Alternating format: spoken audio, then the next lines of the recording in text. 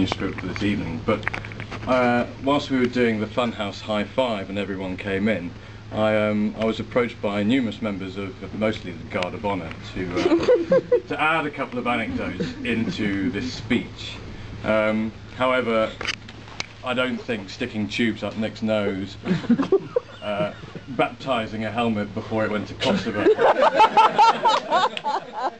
or a certain incident where he played a vicar in a church are incredibly suitable, and I don't think Nick would like me to mention them, so I won't. For those of you that are unaware, which should be none of you by now, I am Nick's younger brother, and also his best man. And many of you are probably thinking that I would absolutely relish stitching my brother up on this occasion. You would indeed be correct. However, being in the Royal Logistics Corps and having extensive experience with munitions, Nick has become very adept at both planning and diffusing potentially explosive situations. So it should come as no surprise that I was bestowed this honour in the company of our parents, who will invariably act as judge, jury and executioners depending on the direction of my monologue. Therefore, I present to you the best man speech, or how to write yourself out of your inheritance. I should first congratulate Nick on such a wise choice of wife, and say how incredibly beautiful that Rosie is looking, and I think we all agree. He has most certainly followed in the footsteps of our father by marrying someone vastly more intelligent.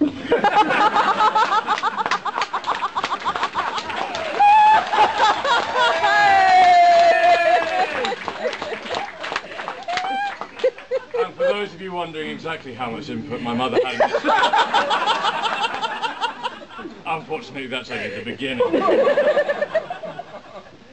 To Rosie, I would have to say you have made an excellent choice in husband. From observing my parents for the good part of 26 years, I see that married life is like building an IKEA bookcase. The wife will diligently go by the instructions, whilst the husband approaches with reckless abandon, disregarding all guidelines, and tries to put it together like Steven Seagal disarming a nuclear warship with nothing but an ice cream scoop. It is your job, Rosie, as the husband whisperer, to subvert these alpha male tendencies, neuter any navigational impulses, particularly when you know who is behind the wheel, and finally end up with version 2.1, better memory, quicker response times, and someone who won't debate if it's his responsibility or not to pick up the pet's calling cards. Let me then give you a heads up on what you should expect from Nick.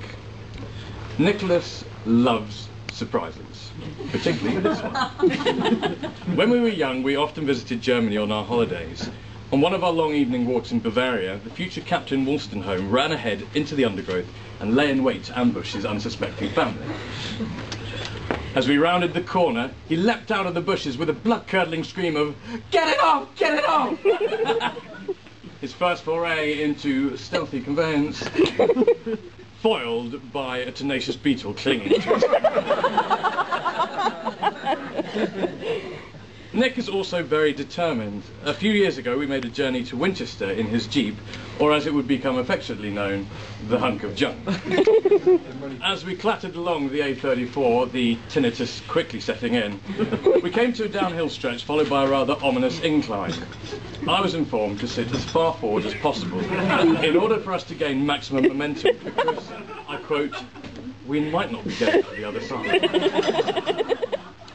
We did indeed manage to get to the top of that hill, but as the majority of the home county's drivers can attest, this was done at a steady 18 miles an hour, with the Jeep's rather embarrassed occupants staunchly refusing to make any eye contact with the passing traffic. Rosie, I should also warn you that the Wolstenholmes are rather proud beasts, and sometimes have ideas above our stations. Yes, I thought... Perhaps this could be attributed to our ancestors. In 1671, for instance, Colonel Thomas Blood, a relative on our father's side, thanks Mum, stole the crown jewels. He thought that the most subtle course of action would be to crush the crown and shove the orb down his breeches. Much to his dismay, however, no one was fooled by his endowment, and he was quickly caught. In many ways, this could explain why there was a ferry booking for a Lord Nicholas Wolstenholme left on the printer a couple of months back, as Nick tried to see what freebies could be had by a man with a title. Alas, whilst Colonel Blood received a royal pardon and land worth £500 a year, it seems that P&O are not so easily swayed. I could continue, but I fear I've probably outstayed my welcome, and there were at least 7 people with swords at this wedding, so I think I've done pretty well. Pictures, however, say far more than words, and you shall all find some scrolls on your table, which I urge you to open once I've finished. It is my belief that people genuinely fall in love and get married because they truly complement one another. Therefore, I would like to make a toast to the marriage of Nick and Rosie, for a long and happy future together, to many walks through the countryside, perambulating their dogs, and pushing Nick's MG from the furthest point home. To the bride and groom, Stolla.